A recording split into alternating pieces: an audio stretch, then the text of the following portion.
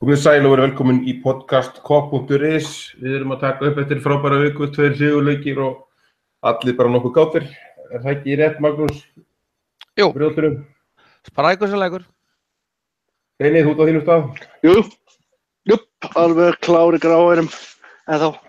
Herðu, en bætum við mesturum við hópinn í podcastáttum Kopp.is. Hrafn Kristjánsson, þjálfari Stjörnunnar í körfubolta. Það er ágætt að fá einhvern innsýn úr öðrum greinum alltaf í þetta með okkur líka og Grjótarður Púlari sjálfsögðu, sæll og velkomin. Já, sælir drengir. Það er bara sönn ánægja að fá að taka þátt í þessu með ykkur.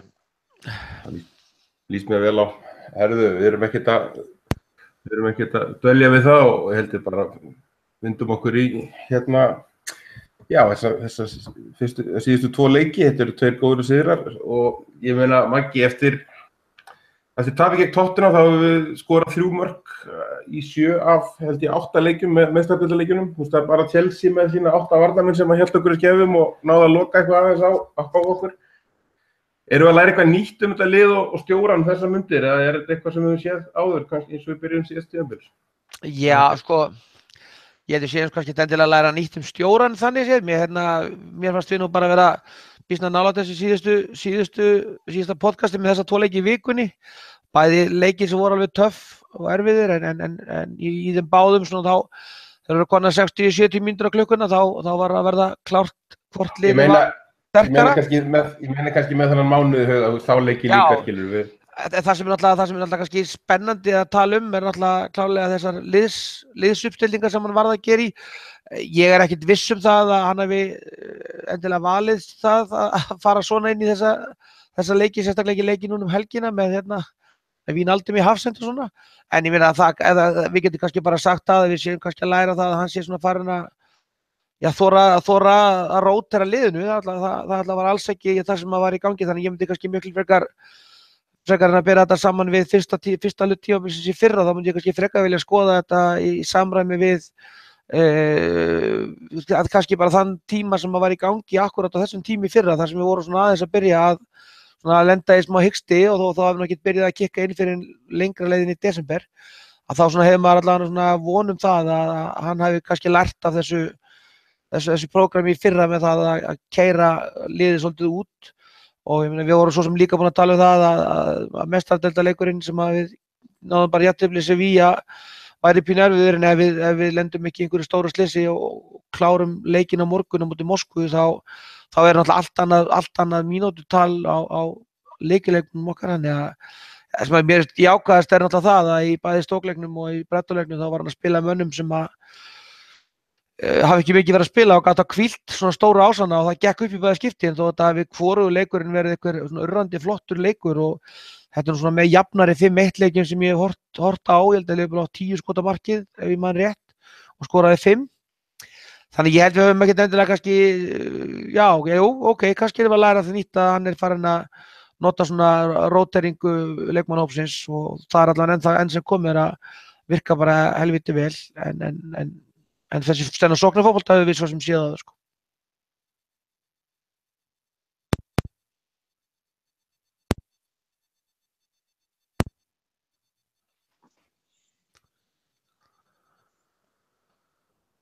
Halló,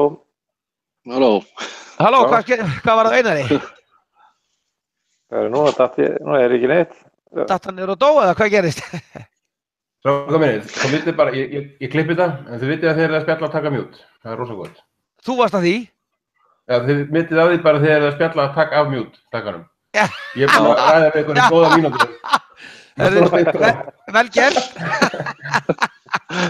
Þetta er fagmannska fyrirrúmið þér að. Ekki klippa þetta, ég vissi þú farið töluvert að kommentum á þetta. Ég ætla að segja þetta til. Herðu, Hrafn, getið þín já, Hrafn, þetta er margt til því sem Magga, við erum svolítið að sjá miklu meiri róteringar hjá Klopp, náttúrulega ykkar illi nauðsyn heldur en við höfum séð áður og við horfum líka á sama tíma fyrir þegar liðið fór að dala á þessum tíma að það var alls ekkert sama leikjálægi, þannig að hvernig er tilfinningin núna fyrir næstu 2 mánuði? Hefurðu trúið við? Sko, tilfinningin er góð. Tilfinningin er, ég Ég held að sumt af þess að hafi kannski verið að einhverju nauðsyn, en mér finnst hann samt svona einhvern veginn vera bara svona meira flexible sko. Og það munar bara rosalega mikið þessa einu stóru ógn sem að Sala Þú veist, það orðið minna mál að rótera. Þú veist, þú getur parkerað Mane í einum leik og kannski, þú veist, Firmino og öðrum, Coutinho og Sala.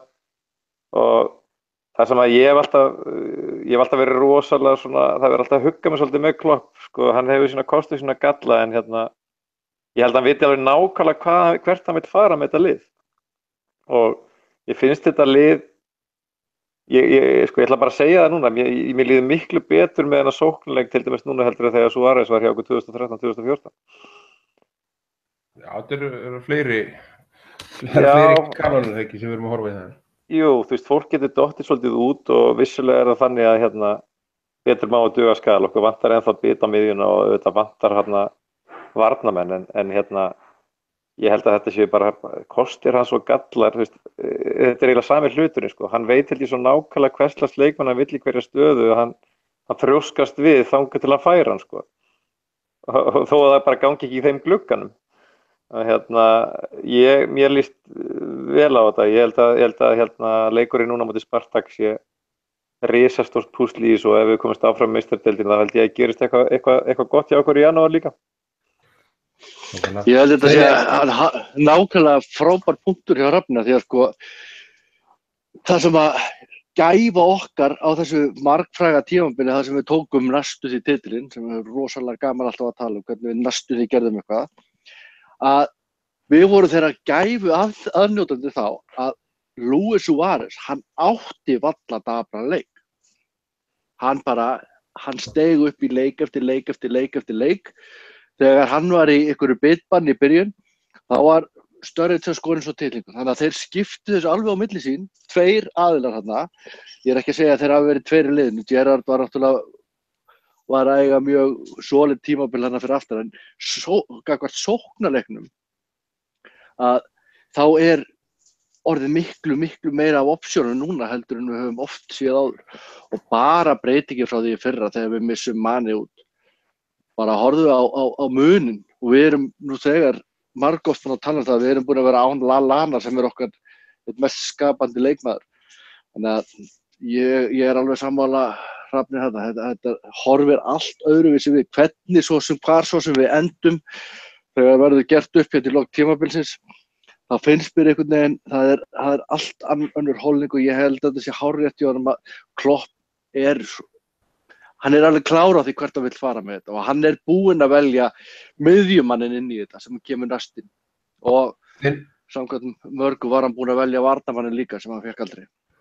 Steini, ekki þetta að horfa svolítið á þetta eins og staðan núna, ekki, þú veist, ástæðan fyrir við tölum þetta næstu því tímabil, 2013-14, það er besta Liverpoolið sem við höfum séð í svona fyrir á þessum áratug, ég veit ekki hvað við varum langt aftur, allavega núna þessum áratug, þá er þetta besta lið og þess vegna kannski best að meta þetta lið úr því. Er ekki að horfa á þetta núna með þegar sóknin að tikka svona 3-5 mörk í leika, þetta er bara þetta minnir rosalega á það lið og tala ekki að vörnin nánast í copy-paste að ég verið jafn ótrúð. Já, sko, það er bara þessi sprengikraftur sem einkennir lið. Það var þá. En þá byggðist hann fyrst og fremst upp á í rauninni 3 gaurum sem voru með hennar sprengikraft. Sterling, Suárez og Sturridge. Í dag, og þetta er nákvæmlega sem við erum búin að vera röflum í þessu podcasti bara síðan að það lið svona lagði upp laupana með brottför Suárez og meiðslarhrunni hjá Sturridge og brottför Sterling að við höfum alltaf verið að öskra eftir meiri hraða, meiri sprengikrafti. Nú er hann kominn bara meira með út alla völl. Og mér finnst við geta bara skorað á fleiri vegu. Við vorum svona eins og eitthvað svona slaghamar með Suárez. Við vorum bara direkt og við keyrðum bara niður í kokið á liðum hvað eftir annað. Núna finnst mér við að hafa miklu fleiri svona úrræði gagnvart liðum sem er að parkera rútinu eins og talaðir og mér líður bara svona þægilegar með þetta og af því að þú nefnilega Lallana, þú veist, það eina sem að kannski maður svona er svona pínu fúll með núna verði miðjuna, þetta vantar okkur, þú veist, okkur vantar svona bólkarriér eins og Keita og fleiri, en þú veist, ef við værum bara með svona grjótharðan varnartengilið, svona specialized sem ég reynda að veit ekkert hvort að Klopp sé mjög hrifinn af eða ekki, þá gætu við jafnvel verið svona gæla við það að horfa, þú veist, á einn varnartengilið, Lallana og Coutinho fyrir framan hann á miðjunni og svo þríeykið þar fyrir framan, sko, sem að ég eiginlega, þú veist, það getur vel verið að vera algjört feigðarflan en óbúslega hefði ég nú gaman að ég horfa á það í 90 mínútur, sko. En á móti þessum svokölluðu minni liðum sem að eru í rauninni ekkert að halda boltan, það ekki bara akkurat lykillinn til að brjóta svoleiðis lið upp? Að það að stilla upp með eitthvað sem er verulega sterkur sópari sem maður getur setið þetta fyrir aftan og í rauninni bara að því að hvar sitja miðverðirnir okkar í svoleiðis leikjum? Þeir sitja rétt fyrir framan miðju. Já, þá tyllir maður þessum manni bara þar beint á milli, sko. Þar beint á milli og síðan snýst þetta bara að vera fljótið tilbaka menn missa boltan í þessu fáu skipti. Já. Ég held að það sé líka ástæðan fyrir því að talað að þegar við ræðum vörnin okkar og vörnin það vantar bara vissilega rosalega mikið upp á. Þess vegna held ég að hann bara búinn að svona identifya Van Dijk sem þann leiðtoga sem hann vill fá inn í vörnina. Matip alls ekki slæmur, sko, en Matip bara makker.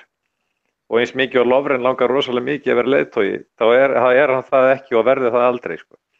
Og mér finnst þess að okkur vant ekkert nema bara þennan eina sterka miðvörð því að við erum ekkert að fara að liggja í vörn rosalega mikið. Það er staðan fyrir að við erum með svona mörg clean sheet núna eins og það þorir eiginlega ekki að sækja okkur, sko. Ef að liðin væri að þora að sækja okkur þá værum við alveg að pissa inn miklu fleiri mörkum, sko, því að okkur vantar að þetta bara smá upp á varnarlega, sko. Já, það er alveg árið. Það sem er alltaf kannski alltaf við erum bara vandinn auðvitað þessi sem að kannski hefur verið rætt áður hérna, við erum að bera saman þessi tvölið að þú veist að við erum ennþá á þeim staðnum og þetta er svona allsvarans ennþá, það hefur ekki unnið nokkuð skapaðan hlut og það er auðvitað bara það sem þarf að fara að gerast það þarf að fara, það þarf að fara að para saman gott fótboltalið og bikartitil eða eitthvað sigur því að hættan er auðvitað svo að þangað til að það gerist að þá verður alltaf einhverjir lið sem að flýsist í þetta lið alveg eins og við erum að horfa á til dæmis Störling sem við Steini höfum bara og Ragnar sem sennilega besta leikmenn í ensku deildinni hingað til að þú veist að það er bara það sem að þarf það eina sem ég hef ágjörð að vera það bara að hversu hratt okkur tekst að taka það skref að verða lið sem að vinnur titla og verður bara lið sem að er stoppust á leikmann en ekki það, við erum strax farin að heyra það að Madrid sem fyrir að horfa á Sala og við erum svona hægt og rólega að sjá þekktar Liverpool-síður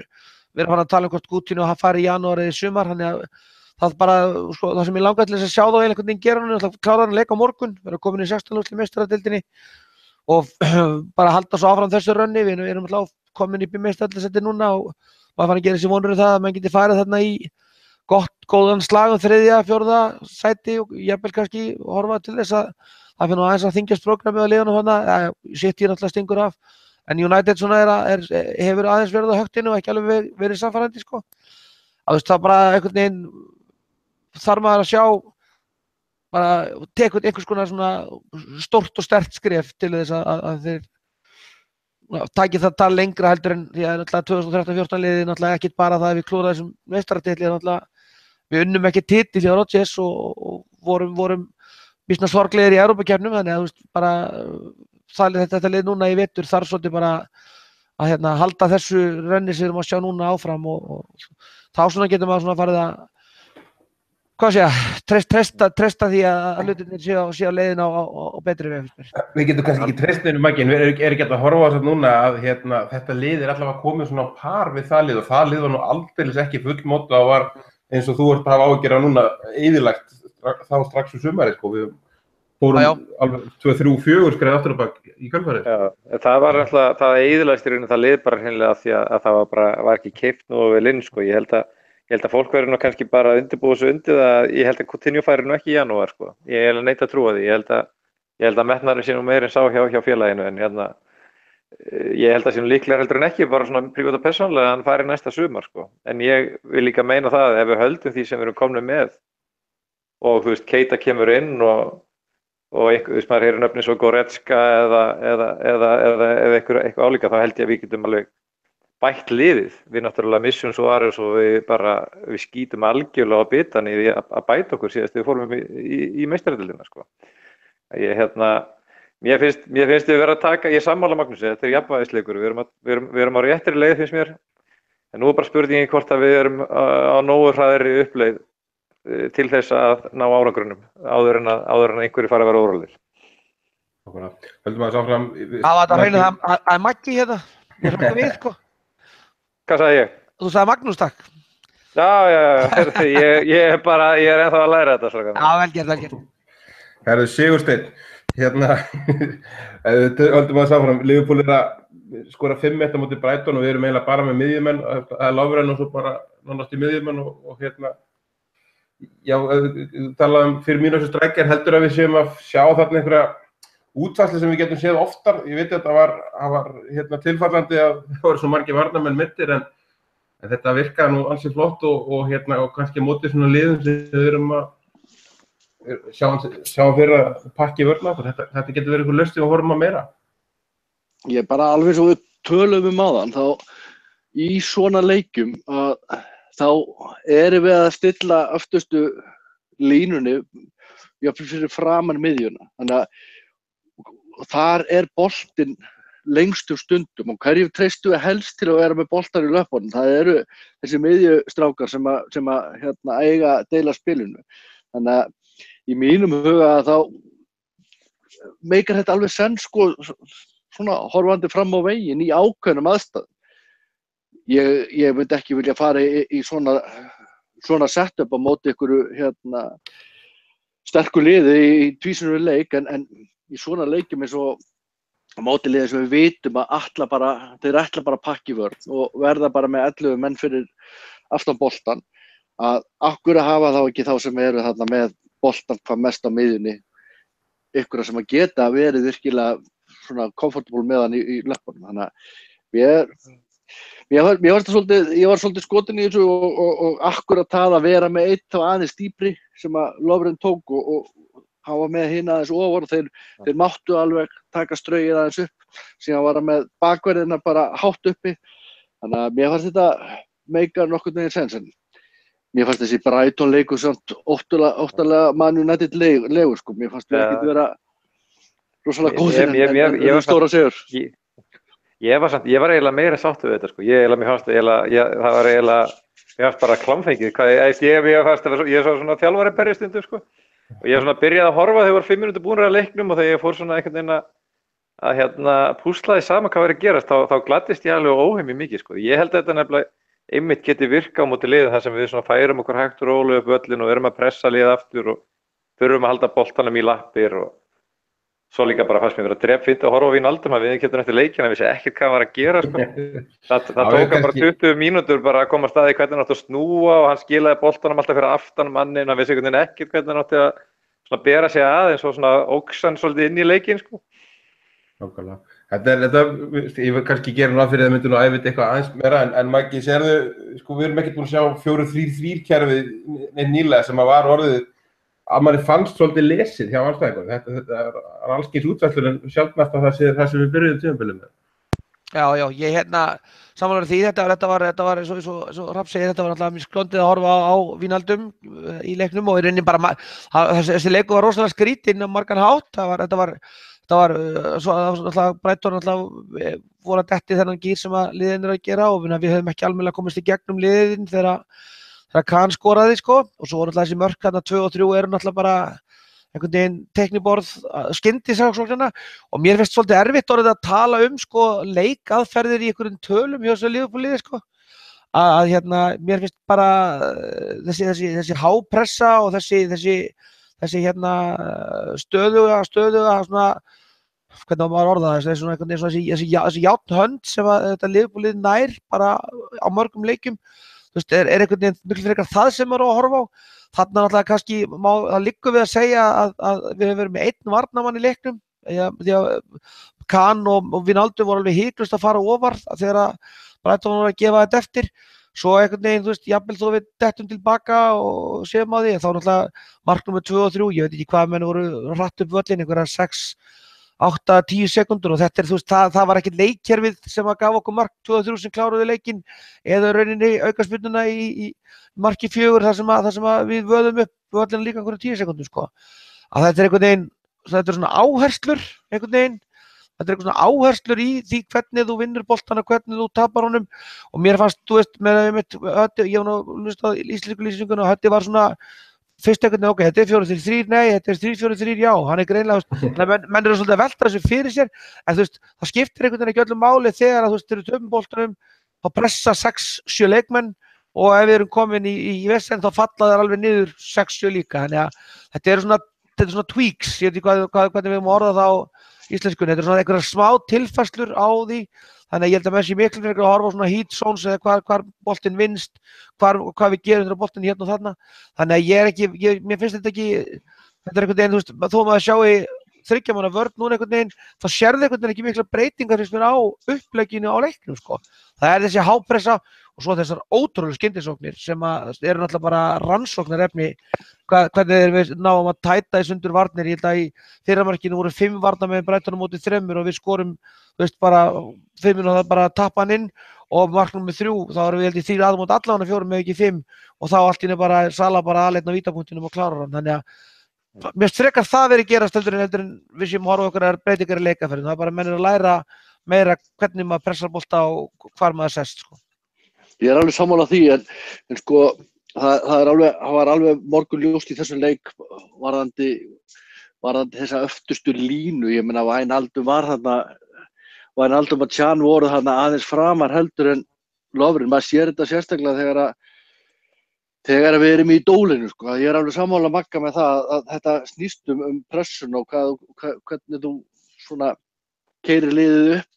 En svona þegar við erum, eins og við sjáum oft í þessum leikum, þegar við erum komnir í hérna dúlgýrin, allir mótherjarnir eru komnir bara inn í vítateig og við vítateig bogan og þar, að þá byrjar boltinn að ganga mann á milli þarna fyrir utan. Og þarna vorum við með í rauninni Lovren, Can og Wijnaldum og eina sem að mér fannst vera svolítið óljóst og það er náttúrulega líka að því að menn hafa ekkert verið að spila þetta áður, að mér fannst enn og aftur fyrirliður okkar vera svolítið týndur og sérstaklega í þessu kerfi. Hann var að reyna að koma, þá voru þeir orðnir 4 þarna fyrir aftan einhvern veginn, þannig að og hreyfingin ekki nægilega oft á tíðum, þannig að mér fannst enn og aftur hann og kannski réttilega núna út af svona nýrri stöðu eða ef maður svo má segja að það eru fleiri menn þarna á svæðinu. Þá fannst mér hann bara einhvern veginn hálftýndur enn og aftur kallgreið, var að reyna svona rífast í samherjunum og hérna benda mönnum til og frá. Ég hef áhyggjur á kallinn, ég vil bara segja það og mér fannst hann ekki passa það inn. Ég held hérna, það er kannski eðlilegt að fólk hérna hafa kannski verið svona pína finna fætnur í sig. Ég er saman, gott að þú skildir benda á hérna, hafa verið að benda á öskraðan Henderson, sko. Mér fannst nefnilega, mér fannst Robertson kannski vera svolítið týndur líka, hann var ekki alveg, mér fannst eiginlega allt frústrasjónu hjá Henderson snúast að því að það vantaði einhver hlaup hjá Robertson, sko. Og ég held að stundum sé Henderson kannski full svona fókuserar á það að það er svolítið áhyggjur að þessi ekki nógu fyrirliði, sko. Og þarna var hann eiginlega bara í því að reyna að stýra öllum öðrum en var sjálfur svona í hálfgerðu rugli, sko.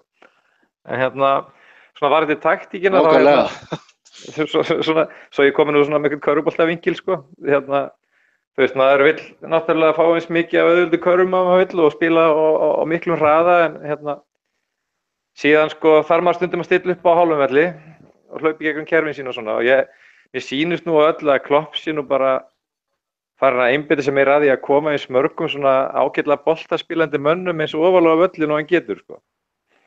Og hérna, ég er alveg sammála því að skiptir kannski ekki máli hvort þið byrjum með 3 aftur eða 4, því að við höfum verið að byrja stundum með 4 aftur og þá færir, sko, Gómez sig í hægri centerback, sko, og Moreno hleypur upp í hornið og við erum hvað sem erum með 3 manna varnarlínu þegar við erum að sækja, sko. En það sem mér finnst vera svo gott að sjá er að núna eftir því móti hverju við spilum, þá kannski komum við fram í 4, sko 2-2-2, sem er náttúrulega bara svona smá tvíka 4-4-2, eða þá núna þú veist 3-4-3, eða þá þú veist í 4-3-3 þar sem við sko breytum þessi 3 manna varnarlínu þegar við sækjum og Moreno nánast komin bara svona sem fremsti maður hérna vinstra megin, sko. og Mane þá Coutinho að kötta svona inn. Þannig að ég held að þetta sé bara málið. Við erum bara að verða rútineraðri og við getum svona morfað svona inn í fleiri formations og það bara, finnst mér ótrúlega þægileg tilfinning. Og núna vantar bara einhver púlt svona aftur á völlin. Þetta góð punktur og líka bara, við sjáum það orðið bara á gjörsamlega öllum liðum. Þeir eru flest öll orðin skítrædd að sækja á þetta Liverpool. Það er alveg saman hver anstæðingurinn, það er alltaf lagt að bakka og þú veist, svona alltaf einstakar sinni þá taka skyndirsögnum svo Tottenham síðast en hérna við höfum ekkert með þessar rosalega ótrústu vörð þá höfum við ekkert að lendi eins og rosalega vandræðum í heilt yfir tímabilið sjaldnær enn í fyrra getur orðið allavega ennþá. Og kannski þetta síðasta þróunin, þú veist, að ná að þróa þennan sóknarleika á hálfum velli, svo ég tala aftur og körfuboltamálum, að móti þessum liðum sem að sitja, sko. Skemmtilegur punktur, en Maggi, höldum aðeins áfram og vendum okkur yfir í tökum bara Stoke-leikinn fyrst og hérna þetta er geðamerki af þessu liði í báðum þessum leikjum og hérna eins og Steini kom inn að við erum aldrei að skipta yfir í 4. og 5. gír að neinu viti en hérna er það ekki reyni svolítið sangir greining á þessum Stoke-leik líka alveg eins og þessum Brighton-leik. Þetta var ekkert það besta sem sé frá Liverpool en Nei, sammála því, þetta var sérstaklega, já, ég er sammála því, þetta var bara eins og við töluðum í síðasta podcasti, þetta er alltaf bara Stoke er ekki djók, sko, og það vera þar bara alltaf hostile og mikið vesen, þeir töluðum það hérna í Norðin ofta uppbytun á bara LSI TV, sko, og þeir komin á þetta og það náttúrulega voru tíðrætt það, voru skítrætt í þennan leik. Og þetta mark sem við gerum í fyrirhálfleikinn, þetta bara fínt mark. Svo fannst mér við vera svolítið undir bara í leiknum.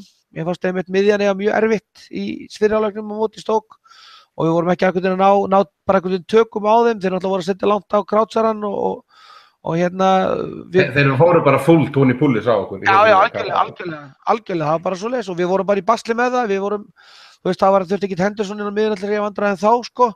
Að hérna svo náttúrulega vitum við allir það eftir á, þetta var alveg 100% rautt spjald sem að minnilegt átt að fá þarna skilur og minna þar verðum við líka með Shaqiri í stóri skotfæri þannig að við vorum bara sluppum vel þar. Svo náttúrulega vorum við under the cost fannst mér aftur í seinni hálfleik og Allen fær þarna 2 dauðafæri til að jafna en svo sem fannst mér einhvern veginn fyrstin standaði einhvern veginn á okkur, þú veist, eftir að komin 60 mínútur þá svona kikkaði þetta inn sem við töluðum í síðasta podcasti, við erum bara með meiri gæði sem að geta verið að snúast í leiknum. Stoke voru náttúrulega nýkomnir úr hörku og hastar og voru að spila með saman lið og það að geta sett Mo Salah inn er náttúrulega bara svindl, sko, það er bara svoleiðis, það er bara þannig og sérstaklega mark númer 3, ég veit ekki hvað mikið af börnum sem að hlusta á þetta en að ég er svolítið gaman að því stundum að svona ég veit ekki hvað maður að segja það er ekki eins mikið trastók í fótboltanum á körfunni, sko, að hérna auðvitað að blessa varnarmaðurinn sem að lendi í því að þessi vinstri bakvörður að Salah eldan og hann reynda að skalla honum á markmanninn.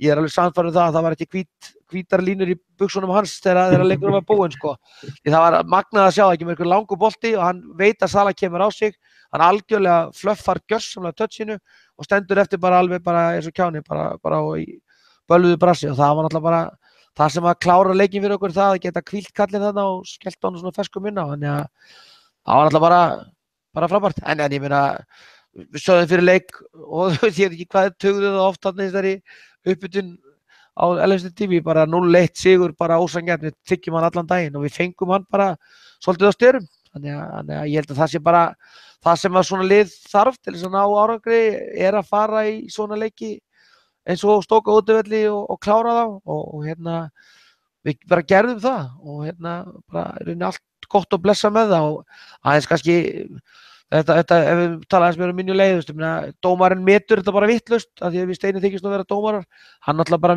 metur það annarkvort þannig að Stoke-maðurinn sé búinn að missa boltann og langt frá sér til að segja séns á að skora eða það að varnarmaðurinn hafi verið það nálægt, hann hafi ekki verið að ræna upplöfum marktækifæri eða sem er náttúrulega nýja reglan ef að markmaðurinn er að reyna að spila boltanum þó hann sé komin út úr teiknum ef hann er að taka manni niður en er að gera tilraun til þess að spila boltanum þá á hann að sleppa, þetta er bara vitlaust mat alveg sama hvað. Þetta síðasta getur ekki verið Maggi því að þá er hann ekki að dæma aukaspyrnu. Nei, kannski ekki, en ég meina hann verður að dæma víti ef hann ætlar að nota þá reglu. Já, en Já, ok. Það skiptir engum máli hvar það þú veist, hann vetur þetta vitlaust. Það bara þannig, hann alveg verið hundseftur. Það sá eftir þetta og ég alveg sammála einhverju hérna, einhver sem hendi mitt Brighton leiknum á það, þetta víti sem að Brighton gaf hjá okkur var hjá okkur Vinni Martin Atkinson sem alltaf eitthvað rétt við hjá honum. En þú veist, það þarf ekkert að ergja sig á því. Þetta er ekkert fyrsta skipti sem að Gummi góður, hvað við oft grenni yfir því að menn hafi sloppið með rauð spjöld. Ég meina, það var hægt að reka þennan franska bakvörð út af í leiknum móti okkur þegar hann var ekki hvað það var sem hann slátraði þarna vítaslínni upp á læri. Orðað þannig ekki, þetta er ekkert búið að jafna sinni út hérna yfir tímabilið þá sko. Alls ekki sko. Mun aldrei gera. Nei, en við verðum alveg að viðurkenna að það vorum heppnir þetta. Það er bara, það er þessi góðlega gera. Svakalega fyrir því taugadrama hjá mínu leysan sko. Maður hefur séð þetta oftar en einu sinni sko. Hann lendir í þessum aðstæðum. Þar sem hann getur bara sko, látið fyrstu hreyfinguna sína vera sko löppina út og að tækla boltann. Hann tekur alltaf þessa aftursveiflu, þessa óhemju hægu aftursveiflu og svo sparkar hann. Og maður hefur bara séð hann negla 2-3 menn niður. Af því að þetta er svo illa framkvæmt hjá honum sko. Þetta fyrir alveg meiri lítið í taugadrama sko. Það var líka í viðtalinu eftir leik, það fór eiginlega mest í taugadrama þegar maður að viðurkenna hann ætla að taka niður ekki. Það talaði um hann þurfti að taka niður og þá var eins og hann var ekki að taka. Ég bara ljúði það. Fyrir mér þetta var tæknileg útfærsla sko. Sjáðu nú þetta fáralega doppulsave sem að De Gea tók hana. Þú veist það sem hann liggur á jörðinni og bara það fyrst sko fóturinn á honum fer bara beint út og í áttina boltanum bara, þú veist, og hann tekur boltan.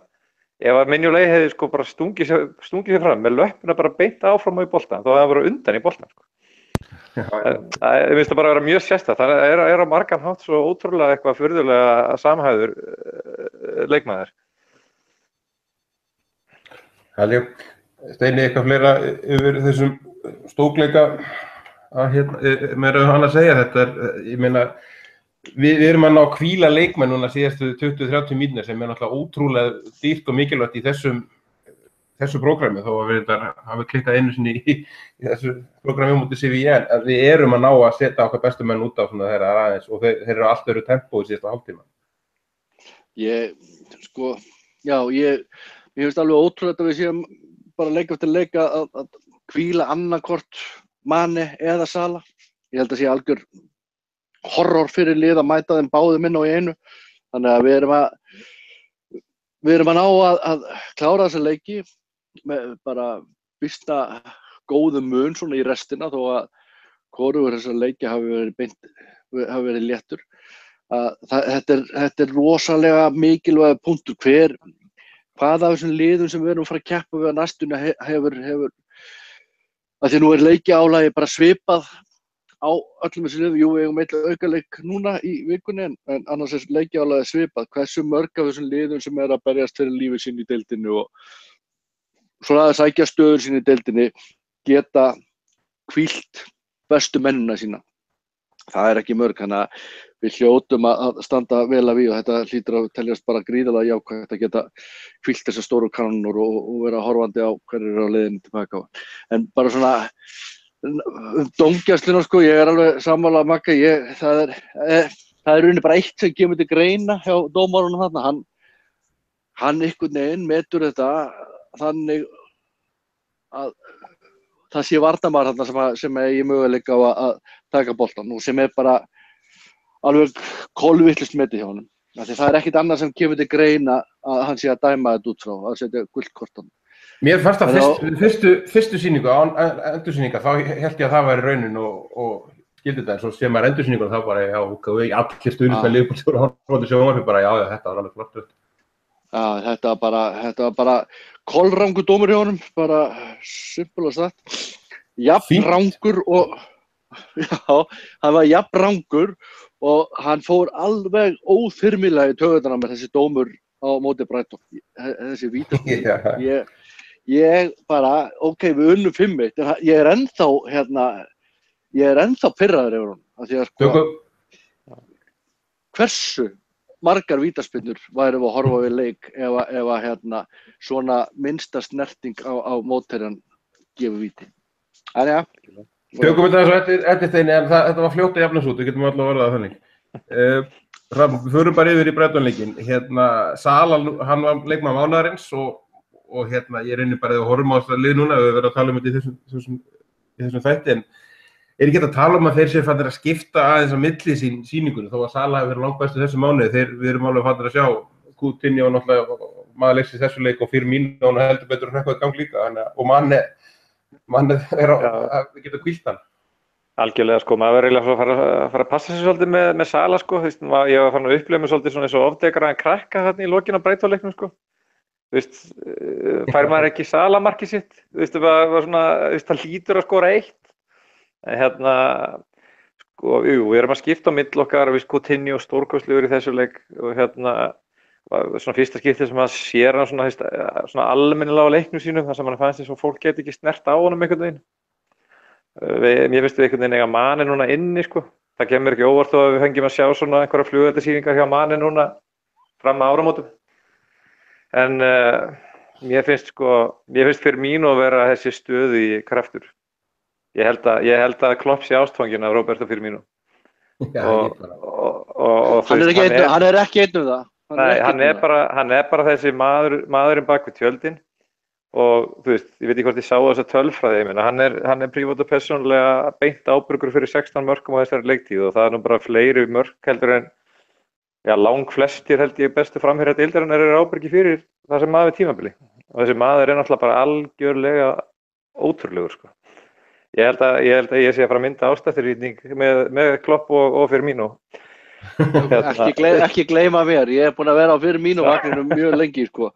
Ég á forgangsréttin í þann tíðinni.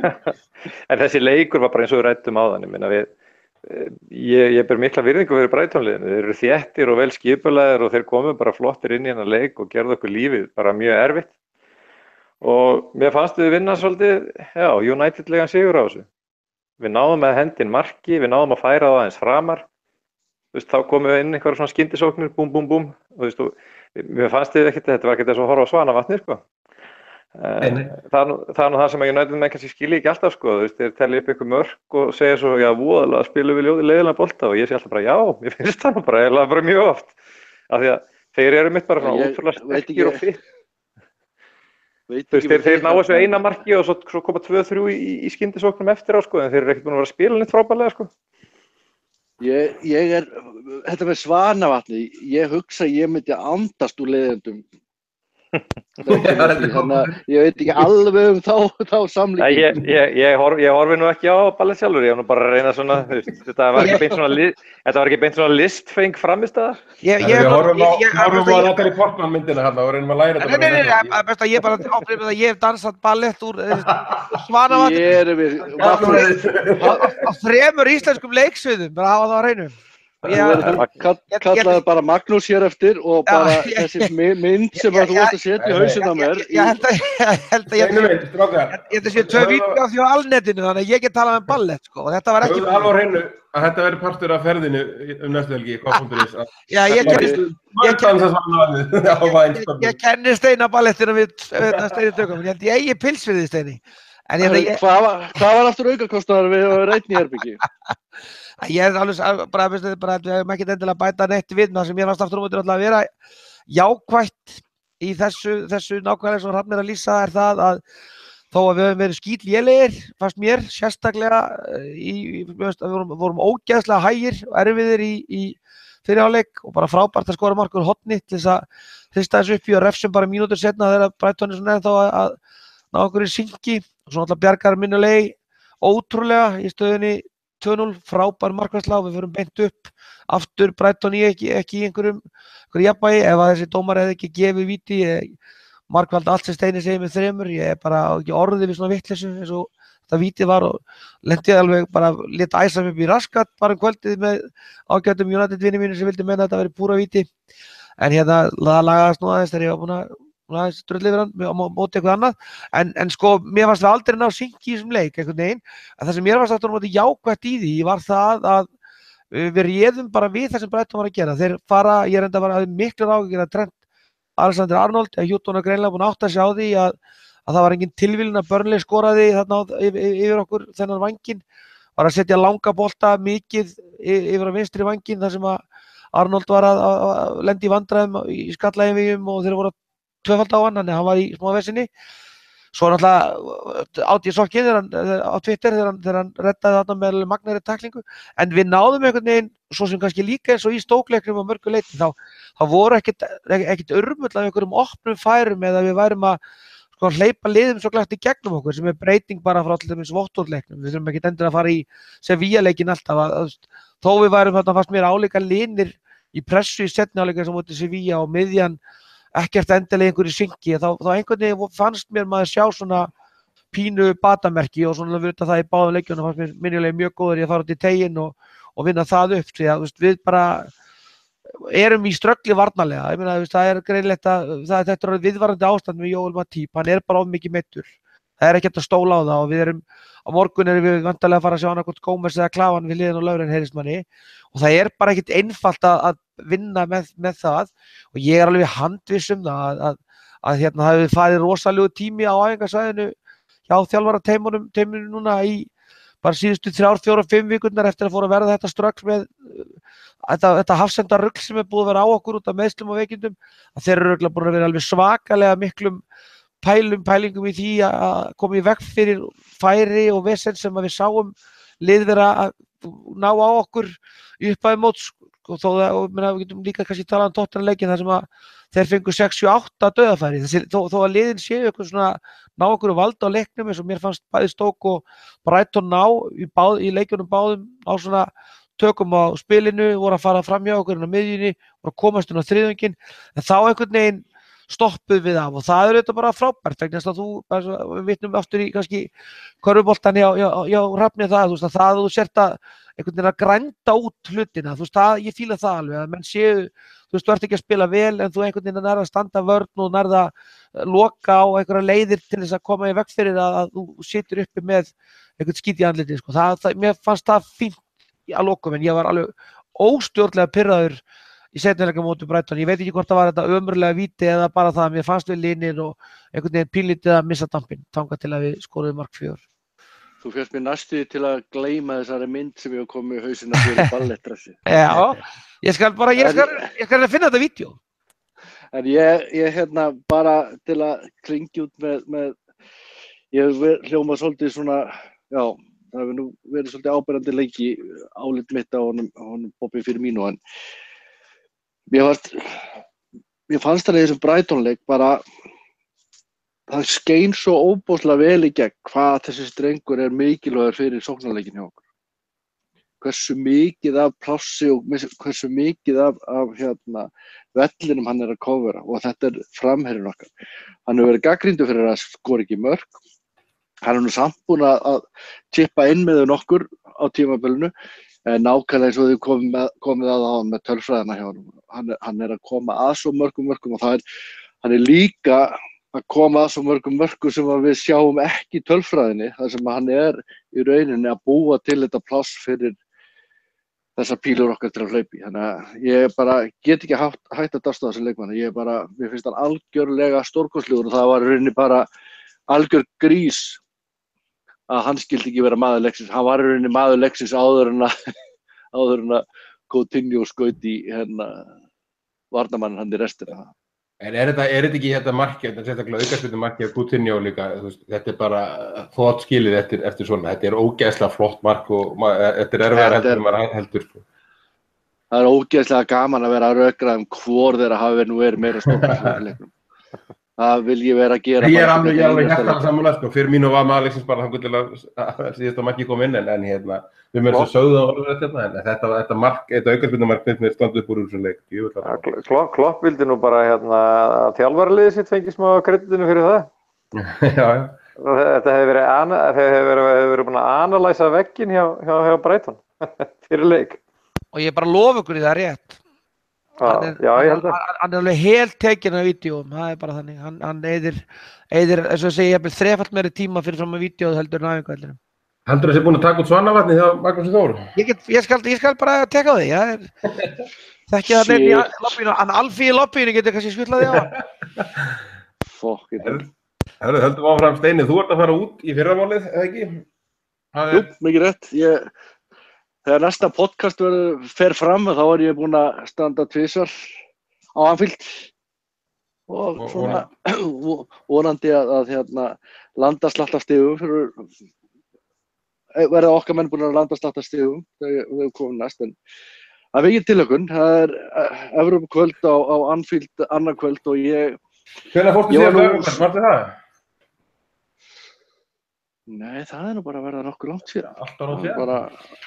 Jú, það er bara að verða allt og langt síðan. Ég verð að viðurkenna það eru ykkur 2-3 ár. En það er... Ég var að vonast til þess að þetta yrði bara leikur sem að skipti engu máli, en því miður að þá gerði þessi Sevilla skít okkar seinni hálfleik, það verkum að það verður fyrir okkur sem verðum á vellinum verður þetta skemmtilegri upplifun, það verður eitthvað svona, það verður meira tensjón í loftinu, það verður meira svona spenna heldur en að menn væri bara svona að dúlla sér, en að sjálfsögðu væri bara til í að vera laus við þennan möguleika að komast ekki í 16. úrslitin, en ég hef nú bara meiri trú á liðinu okkar en svo. Ég bara er alveg handviss að þeir koma til með að klára þetta annað kvöld og ég bara trú ekki öðru en að Klopp nú er búin að vera að hvíla menn á víxl og gera mér ferska. Þeir hljóta bara að taka núna bara og setja sitt sterkasta liðinn og ég vil bara sjá bæði Mane og Salah og keyra yfir þetta Spartaklið. Ég verð allavega og legg mitt að mörkum fyrir hönd okkar félagana.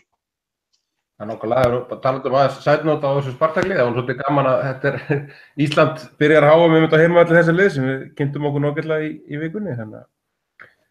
Já, þú ert búin aðeins að upplýsa landan. Landin býr vel að því að lesa kopp.is, þeir vita núna allt hvað býður þeirra. Nákvæmlega, allir að mæta á öllin, sjá Starostin bröðina. Ég ætla allan að mæta á öllin á morgun, svo mikið ég víst. Herðu, þetta er rétt hjá Steina Hrafna, við erum bara að fara, þetta er bara alvöru Evrópukvöld, þetta er fyrsta skipti kannski í þessari riðlakeppni sem það er úrslitaleikur allt undir og þetta er bara allt tilbúið fyrir alvöru Evrópukvöld. Já, bara, þetta er sko, þetta er á sama tíma yndislegt og hræðilegt sko, en ég er svona sama sinnis og Steini í þessu sko, ég held að við séum að fara að sjá Gómez koma inn í hægri bakvörðinn svona og stilt upp svolítið á móti Promes og þetta verið Klavan og Lovren og Moreno og við verðum að, ég hugsa Coutinho að verði inn á miðinni og Mane, Salah og Firmino frammi. Ég held að þessi leikur skiptir bara það miklu máli, ég held að það verði að tjalda öllu sko og þó að sé skrítið að segja þá held ég að derbyleikurinn á Everton verði eiginlega bara að vera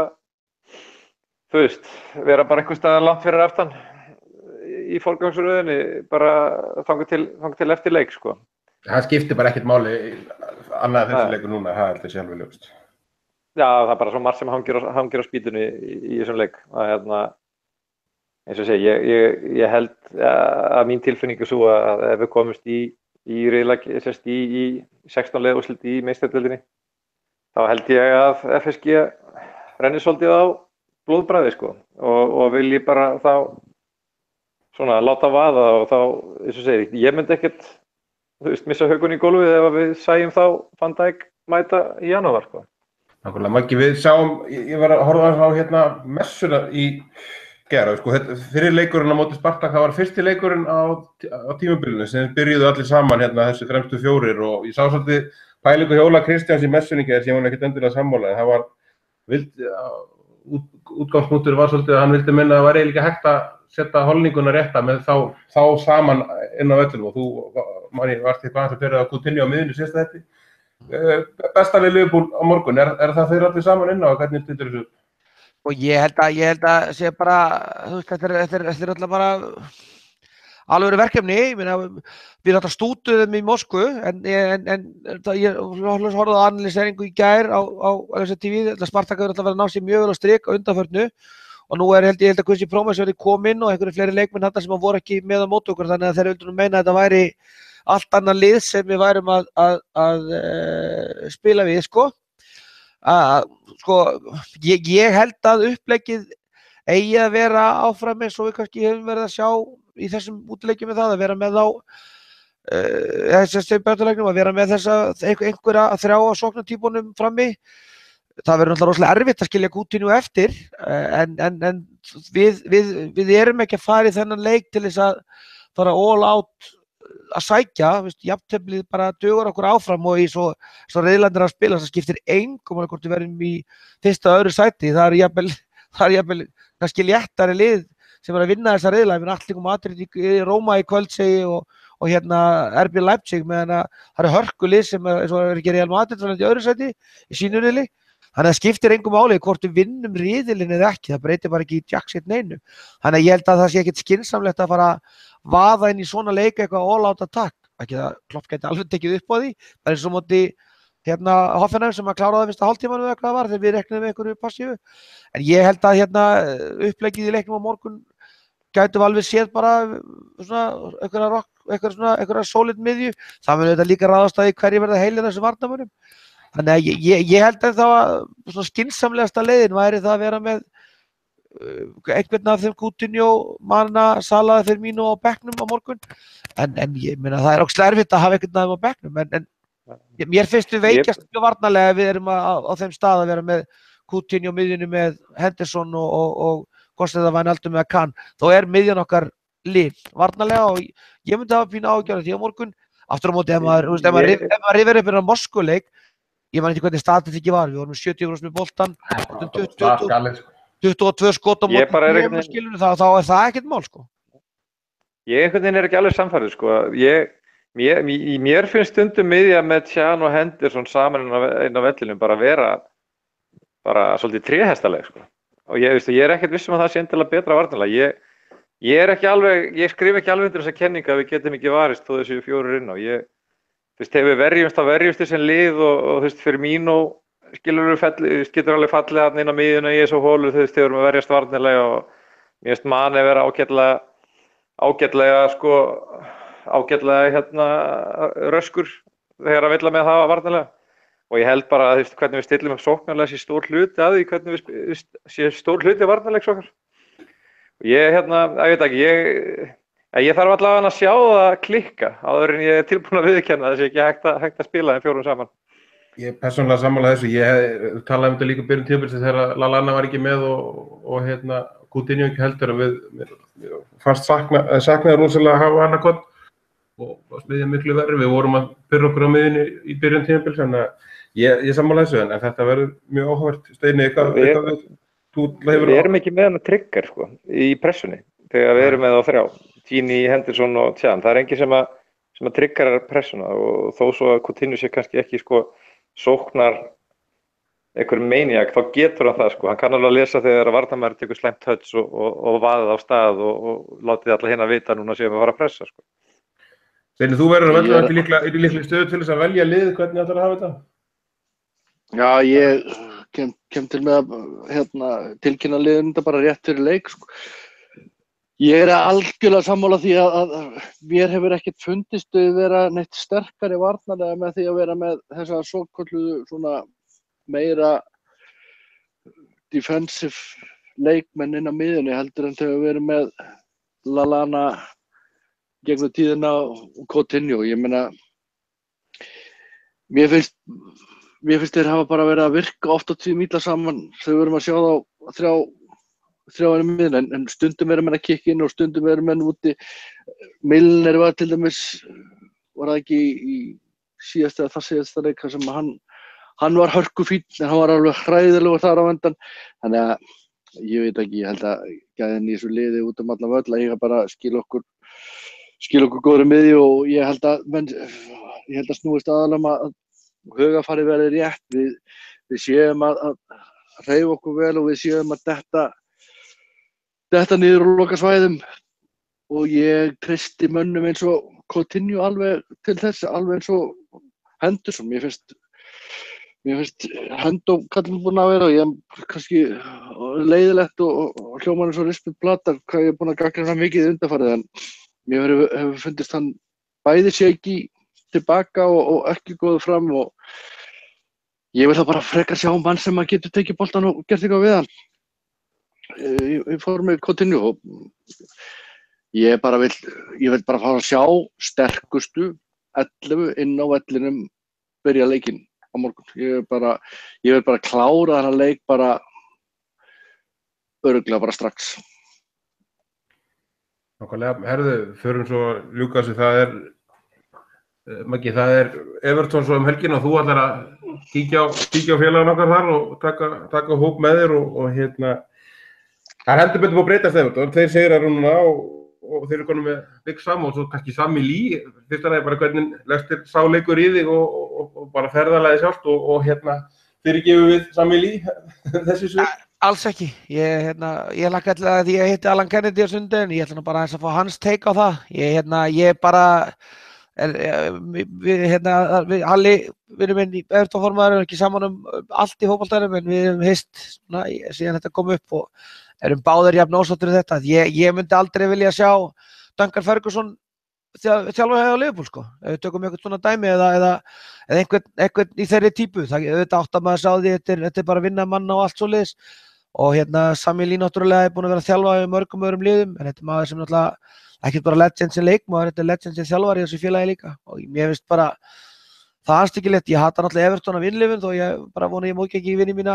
Ég hef góða drengi sem Everton aðdáendur. Þá hefur Everton alltaf verið það lið Englandi sem hefur verið verst við að öllum og ég bara rasandi pirraður á því að maður sem átti þetta fastalega feril með Liverpool taki þessa beygju. En það kannski minni á atriði því að Sami Lee spilar ekki þennan leik þarna á helginni, sko, og ég eiginlega bara pínu glaður með það að Everton sé búin að ná sér aðeins í gang að því leytinu til að þetta hefði verið svona öðruvísi leikur ef þeir hefðu komið í hann eftir að hafa tapað 5-1 fyrir Atalanta og 4-1 fyrir Southampton. Þeir eru ekkert, við oft verið í vandræði með Everton þegar þeir eru á vondum stað og leggjast einhvern veginn tilbaka. Það er oft ágætt að fá það bara þess ofar á völlinn og í einhverju sjálfstrausti sem að þýðir þá stundum það eða oftast að undanfarin ára þeir hafa svona kannski pínlítið fengið á kinnina. Þannig að ég bara nokkuð brattur. Ég held að þetta verði Evrópukeppnin og ekki hafa neitt toll, þeir eru að fara að spila á heimavelli í Evrópu og móti Moskvu og fá þarna 4 daga, þannig að svo fremur að vera ekki stóra mikil meiðsli eitthvað svoleiðis, þá var það ekki að fara að skipta neinu máli og liðið bara með mikið sjálfstraust á móti Everton liðið sem á svona skrýtnum stað eftir að vera alveg mölbrotið og komið upp, en Samalades klárlega ekki komin með þá leikmenn sem að hann verður komin með í janúarlok, þannig að ég held að hann get ekki stilt upp í sinna 8-1 leikaferð með yngvest og hotn svo glatt, sko. Þannig að ég bara brattur. Ég held við séum að fara að horfa á Liverpool sigur á Anfield á sunnudaginn í góðra manna hópi eftir flotta daga. Það verður svolítið öðruvísi ferð með það. Þetta verður svona rúsinn og pilsendan í okkur. Við verðum búin að vera á flottum stað á föstudag, laugardag og framan á sunnudeginum. Þannig að ég alveg sannfærður um það að hápunkturinn á ferðinni verður 3 stig á Anfield, sko. Hrafni búinn að taka bara held ég undanfarið mánu og löngu áður en að Allardyce var rekinn og tala að þetta væri pottit að hann í ráðinn og þeir eru búin að fara að sjá þeir sjá í landri sigurleiki Maggi og Steini þegar þeir fara saman, sko. Þannig að ég er búinn að miklar ágjörða þessum leik og ég miklar ágjörða þeim hvernig leggst hindi í því með Big Sam, hvernig þetta er upplegg og bara stemming Everton komið stemt í þennan leik á móti okkur. Ég ætla nú að byrja á því að leiðrétta hann Magga, sko. Ég held að hápunktur ferðar hann hljóta að vera þegar að sýnir hópnum Svanavatnið í tights þarna Ég ætla að vera einhvers staðar á einhverjum pub einhvers staðar. Maður tekur ekki Svanavatnið með minnst 2, þannig að Steini verður að sjálfsögðu. Mér líst vel á þetta. Ég held að Liverpoolið hefði mögulega komið bara flatar inn í leikinn ef að Everton hefði komið inn í leik svona sem einhverju þrotamenn, sko. Og ég held að þetta bara búið til svona meiri alvöru leik úr þessu og alvöru leikur mútið Everton og Anfield. Ég held að við þurfum ekki að ágjöra því að Liverpool komið inn eitthvað hálfum hraða inn í þann leik, sko. Og ég nú ekki mest í Allardyce aðdáandi í heimi. Þannig að þetta gefur mér svona smá auka krydd þegar ég horfa á honum leik, sko. Sem er bara mjög jákvætt. Eins og segja, hann strax einhvern veginn byrjaði að gera hlutarnir í Everton sem heillaði mig ekkert sérstaklega, sko. Í sambandi við okkar mann Gylfa Sigurðsson og annað, þannig að Já, ég var svolítið erfitt með þennan mann. Svo ég orðið það penn. Já, ég held að það ég við okkur alla. Steini, að lokum hérna, Everton og helst kannski sami lífpunkturinn, hvernig hérna horfið það við þér? Ég er bara fegin að hann búinn að koma á árshátíðina því ég myndi ekki tala við hann ef hann ætlaði að koma eftir þetta. Hann ekkert að fá boð á árshátíð lengur hjá Liverpool-klúbbnum með það. Nei, það búið. Hann kom hérna, var bara fínn, þetta flott. Ég veit að sko, í framtíðinu, þú ferð ekkert í svona Liverpool-störf aftur eftir Everton. Nei. Ekki nema á Michael Owen sem gerði fyrir ambassador sem náttúrulega ennþá snargali, en hérna það hann. Já, hann kemur ekki heldur, aldrei. En sko, ég hefði alveg skilið þetta ef þetta hefði verið hérna Pep Guardiola kallan og hann væri, ok, það mun aldrei gerast. Segjum bara Pep Guardiola væri stjóri Everton. Þið megi hlæja eins og þið viljið. Þá væri svona smá spurning bara, herði, já, nú ætla ég að fara að vinna með einhverjum stórkostlegum stjóra hérna og reyna að draga þennan klúbb upp svæðinu. En come on, Sam fucking Allardyce. Ég meina, hann búinn að vinna með honum ofta áður og þeir ná ágætlega saman greinilega en þarna fór restin. Við erum ekki ánægðir með þetta. Everton-stuðningsmenn eru brjálaðir yfir þessu. Þannig að ég veit ekki hvað það segir hann alltaf. Hann náttúrulega bara vill bara fá pening í budduna. Það náttúrulega eina sem að... Hann vinnu og að fylgja Sam Allardyce ára. Hann greið það óöfnir taka alltaf við Everton sem þjálfara þegar mann elta. Hann bara að græða peninginn. Já, það er reyndar, hann hefur það frammi, við erum margar af þessum gömlu hetjum, við erum að fara að hitta Alan Kennedy á sunnudaginn og ég búinn að hitta mjög marga af þessum meisturum sem urðum Evrópumeistarar hérna trekk í trekk með þessu liði. Þeir eiga það, kalla greyin, flest allir sameiginlegt, að þeir eiga bara valla bót fyrir borðan sér. Þeir bara eru að lifa bara svona lifa á og allt það, en eru að reyna að hala pening af því að sína hérna gömlu Evrópumeistalegirna sínar og koma og tala og eru flottir í því, þetta eru flottir kallar. Þetta segir bara muninn á nútímanum, þarna vorum við að tala menn sem eru Evrópumeistarar, meistaraliða, nokkru sinnum á örfáum árum og þeir eru þarna bara í dag. Sami Lee líklega launahæstur að þeim öllum. En það ekki líka Steini? Það ekki málið, þetta bara Everton, þó við vond að segja, bara þjálfara starfi í önsku úrvalsdeildinni bara með því starra sem gerist í þessum þjálfarabransa og hann náttúrulega bara horfið þetta þannig, hann ekkert hættur að vinna og Liverpool ekki með honum vinnu. Ég myndi fúll ef hann myndi neita að hafna Liverpoolin, það ekkert eins og Liverpool sem óskættur hans fram. Já, og við stuðningsmenn megum alveg vera fúlir með þetta, en ég skil hans ákvörðun alveg fullkomlega. Ég meina, hann bara make a living og aftur, ég segi, hann bara einn af þeim. Ég hef örugglega launahæstur af þessum gömlu leikmennum Liverpool. Talað Peter Beardsley, talað John Barnes, John Aldridge, allir þessi kallar. Þeir eru ekki á sömu launum á hann, eða hvað heita, Mölby, eða það og ekki einu sinni King Kenny Dalglish. Þannig að þessu Sami Lee líklega launahæstur af öllum þessum Liverpool legends í dag og hann það út af því að hann að taka störf sem hann fær hjá góðvinni sínum Sam Allardyce og ég skil ákvörðun hans en ég þoli hann ekki. Steini, endum þetta á hérna spá fyrir þessu tvo leiki. Hversu stendur kemur heim eftir hérna þessa viku?